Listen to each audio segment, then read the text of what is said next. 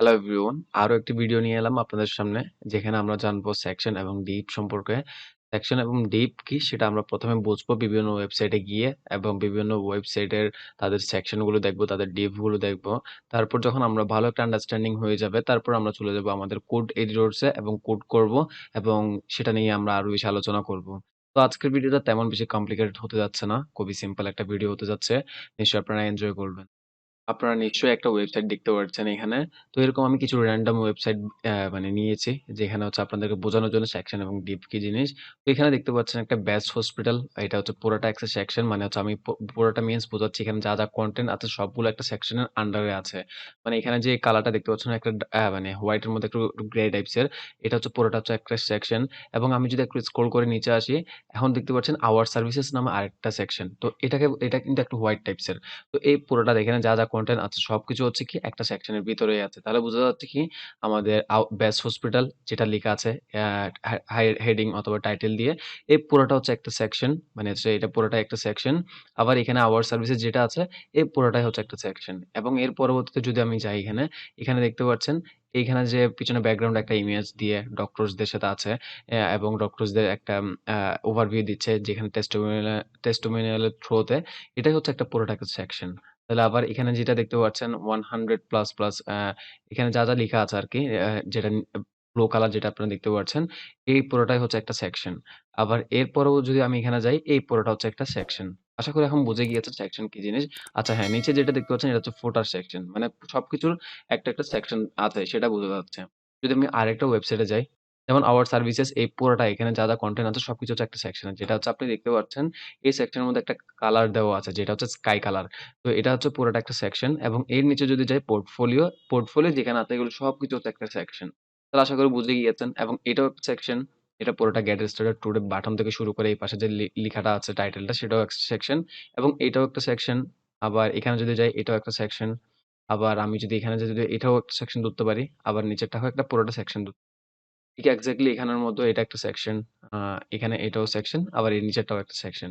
আবার অন্য ওয়েবসাইটে এখানে যদি যাই, এটাও একটা সেকশন।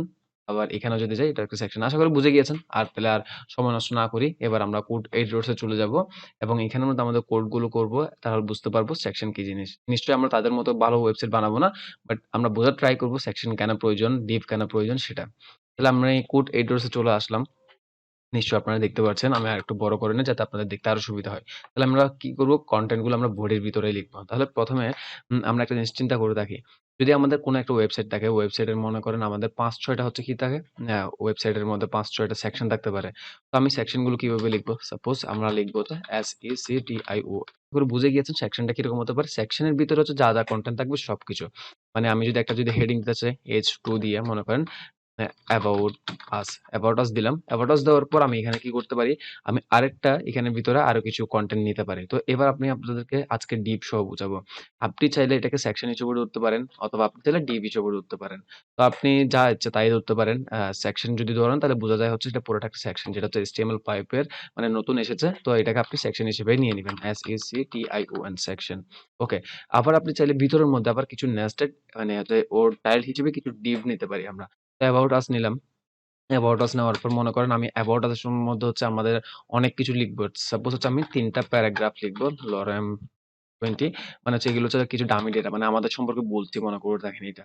তাহলে এখানে যদি আমি এটা লিখি, এবং এটাও লিখলাম, এবং এটাও লিখলাম। তো এই ৩ টাকে আমি চাচ্ছি কি এইভাবে মানে রুট এ না রেখে, মানে হচ্ছে H1, H2 এর সাথে একসাথে না রেখে, এই ৩ টা ডেটা যেগুলো একসাথে কনজেস্টেড হিসেবে আছে সেগুলোকে আমি একটা ডিভ এর মধ্যে রাখতে পারি। এইভাবে। তাহলে হচ্ছে কি আশা করি বোঝা যাচ্ছে কি এই লেখাগুলো হচ্ছে আমার অ্যাবাউট আস সম্পর্কে বলছি আমি সেটা। আমি এরপর যে গেলাম, এরপরে গিয়ে যদি আমি H2 নিলাম আরেকটা। তারপর নেওয়ার পর আমি যদি এখানে লিখি কনট্যাক্ট আস, কনট্যাক্ট আস লিখলাম। কনট্যাক্ট আস লিখার পর আমি এখানে আবার একটা ডিভ নিতে পারি। ডিভ বলতে বোঝানো হচ্ছে কি এই ডিভ এর ভিতর আমার বাকি যা, যা কনটেন্ট আছে সেগুলো থাকতে পারে। তাহলে এখানে আমি কি লিখতে পারি? পি ট্যাগ এর মধ্যে আমার নেম জালাল রাফি। তারপর আমি এখানে পি ট্যাগ এর মধ্যে আমার এখানে ইমেইল দিলাম। Suppose a5@gmail.com। তারপর আমি যদি চাই এখানে আমি আমার ফোন নাম্বার দিতে পারি 011111, এভাবে দিয়ে দিলাম। তাহলে এখন আশা করি আপনারা বুঝে গিয়েছেন। যেমন দেখেন, আমি যদি সেকশনটাতে ঢুকি, সেকশনের মধ্যে হচ্ছে আমি ২ টা পার্ট করেছি। একটা হচ্ছে H2 দিয়ে বোঝাচ্ছে যে আমার H2 এর ভিতরে যা, যা ডাটা আছে সবকিছু হচ্ছে এটা। অবশ্যই এভাবে রাখতে হবে কোনো কথা নেই। বাট এটা যখন আপনার CSS এ যাবেন তখন আশা করি বুঝতে পারবেন কেন উপরের এই প্যারেন্ট ডিপটা নিতে হচ্ছে। কারণ মাঝেমধ্যে আপনার প্রয়োজন হতে পারে আপনার এই ট্যাগ গুলোকে একটার পাশাপাশি রাখার জন্য। এখন হয়তো আমি যদি সেভ করে থাকি, আপনি দেখতে পাবেন কি এপি এর নিচে মানে হচ্ছে এখানে এপি এর নিচে কিন্তু এপি গুলো চলে আসলো। তো আমি একটু তাও যাই। যেমন দেখেন এই পি এর নিচে কিন্তু আরেকটা পি আসলো, এটার পরে আরেকটা পি আসলো। বাট আমার কিন্তু যখন ওয়েবসাইট গুলো যাবো ওয়েবসাইটে যাবো তখন কিন্তু মাঝেমধ্যে দেখা যাবে একটার পাশাপাশি মানে প্রয়োজন হতে পারে। তখন কি করতে পারি? তখন এই ডিপটাকে আমি ডিরেক্টলি গিয়ে একটা ক্লাস করে স্টাইলিং করে একটার পাশাপাশি নিয়ে আসতে পারি। সে কারণে হচ্ছে প্যারেন্ট ডিপটার প্রয়োজন হয়। আবার ইন that কেস এরকমও হতে পারে যে মনে করেন আপনার এইখানে যে সেকশনটা এটা হচ্ছে প্যারেন্ট, তাই না? সবচাইতে বড় প্যারেন্ট হচ্ছে এটা। যেহেতু আপনারা আগের ভিডিওগুলো দেখে এসেছেন এবং এর আগের ভিডিওতে কিন্তু আমি প্যারেন্ট এবং চাইল্ড নিয়ে আলোচনা করেছিলাম। তো আপনারা যদি না দেখে থাকেন ওই ভিডিওটা দেখে আসবেন। তাহলে আরো বেশি ক্লিয়ার হয়ে যাবে।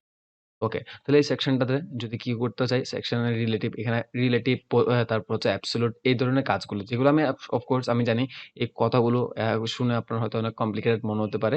বাট এগুলো হচ্ছে এখন আপনার জানার প্রয়োজনই নেই। যখন সিএসএস এ যাবেন তখন আপনি আশা করি সব বুঝে যাবেন এবং আমাদের তো ভিডিও আছেই সিএসএস নিয়ে একটা প্লেলিস্ট আছে এবং ফিউচারে আরো একটা ভালো প্লেলিস্ট আসবে যেখান থেকে আপনারা আরো অ্যাডভান্স লেভেলে শিখতে পারবেন। এর আগে যা ওয়েবসাইট দেখেছিলাম সবগুলো নিশ্চয়ই আপনি বানাতে পারবেন। এই ধরনের কমফোর্ট জোন আপনি চলে যাবেন। ওকে, তাহলে আশা করি ডিপটা বুঝে গিয়েছেন যে ডিপ দিয়ে হচ্ছে আমি ভিতরে কিছু কনটেন্ট রাখতে পারি। সেকশন দিয়ে হচ্ছে সেকশন। আচ্ছা, এখন তো এখানে সেকশনটা আমি বুঝে গেলাম। তাহলে এখন আমি যদি সেকশনটা শেষ করে আমি চাচ্ছিলাম কি আমাদের আগের ওয়েবসাইটগুলো একটু আগে যেগুলো দেখেছিলাম, ওখানে কিন্তু মাল্টিপল সেকশন ছিল একটা ওয়েবসাইটে। তাহলে কি করতে পারি? তাহলে আমাদের মাল্টিপল সেকশন থাকতে পারে। সেকশন এখানে গেলাম। আ H2 দিলাম। হেডিং হিসেবে আমরা হচ্ছে H2 দিতে পারি। আ আ লার্ন লার্ন হচ্ছে কি দিতে পারি? লার্ন HTML ফ্রম প্রাইভেসি এভাবে দিলাম। এবার প্রাইভেসি দেওয়ার পর এখানে আমাদের মনে করেন আমরা একটা ডিভ নিলাম। ডিভ নেওয়ার পর এখানের মধ্যে আমরা যেহেতু ইমেজ দিয়ে আলোচনা করেছিলাম আগে, ইমেজ দিতে পারেন, অনেক কিছু দিতে পারেন। আমি তাও ভিডিওটা কমপ্লিকেটেড করছি না। জাস্ট এখানের মধ্যে কি আমাদের পি ট্যাগের মধ্যে আমাদের কি আছে সেগুলো বলতে পারি। ওকে, HTML প্লে লিস্ট তারপর হচ্ছে আরেকটা আছে কি CSS প্লেলিস্ট। এভাবে হচ্ছে কাজ যে অ্যাকচুয়ালি আপনি চাইলে এখানে সেকশন আপনি যদি চান যে আরো মাল্টিপল সেকশন নিবেন সেটাও পারেন। তারপরে এই সেকশন গুলোকে ধরে আপনি স্টাইলিং করতে পারেন। যেমন আপনারা দেখেছিলেন সেকশনের মধ্যে স্কাই কালার ছিল, গ্রিন কালার ছিল, ব্লু কালার ছিল। তো এগুলো আপনি এখানে স্টাইল করে দিয়ে দিতে পারেন। তো আশা করি বুঝে গিয়েছেন আজকের ভিডিওটা। তেমন বেশি কমপ্লিকেটেড ছিল না। খুবই সহজ। জাস্ট আপনি সেকশন কিভাবে ইউজ করতে পারেন, ডিভ কিভাবে ইউজ করতে পারেন জাস্ট এতটুকু বুঝে গেলেন। যখন আপনি আরো ভালো লেভেলে আরেকটু অ্যাডভান্স লেভেলে যাবেন, যখন আমরা CSS প্লেলিস্ট থেকে আপনি শিখতে যাবেন তখন এগুলো আরো বেশি ক্লিয়ার হয়ে যাবে। তো আপনার এগুলো নিয়ে কোনো টেনশন করার দরকার নেই। আজকে যতটুকু বুঝেছেন জাস্ট এতটুকু মাথায় থাকলে হবে। এগুলো নিয়ে মুখস্থ করার কোনো প্রয়োজন নেই। তাহলে দেখা হচ্ছে নেক্সট ভিডিওতে। ততক্ষণ ভালো থাকবেন, সুস্থ থাকবেন।